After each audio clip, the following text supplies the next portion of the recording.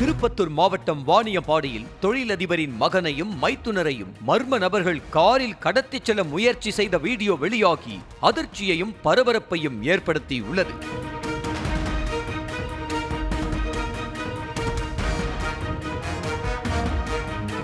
பெருமாள்பேட்டை பகுதியைச் சேர்ந்தவர் தொழிலதிபர் ரவி.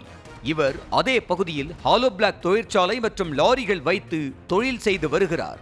இந்த நிலையில் இன்று அவருக்கு சொந்தமான ஹாலோ பிளாக் தொழிற்சாலையில் இருந்த அவரது மகன் சதீஷ் மற்றும் மைத்துனன் ராஜி ஆகிய இருவரையும் திடீரென தொழிற்சாலைக்குள் நுழைந்த கார் ஒன்றில் வந்த 3 பேர் கொண்ட கும்பல் சதீஷ் மற்றும் ராஜியை காரில் கடத்த முயற்சித்த போது இரு தரப்பினருக்கும் இடையே மோதல் ஏற்பட்டு பின்னர் கடத்த வந்த கும்பல் காரில் தப்பி ஓட்டம் பிடித்தது.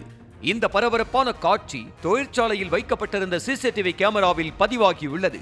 மேலும் இதுகுறித்து போலீசார் நடத்திய விசாரணையில் இவர்களுடைய தொழிற்சாலை அருகே மது அருந்தி கொண்டிருந்த சிலர் தங்களை லாரியை ஏற்றி மோத வந்ததாக கூறி தகராறு செய்து சதீஷ் மற்றும் மைத்துனன் ராஜியை மிரட்டியதாக தெரிய வந்துள்ளது.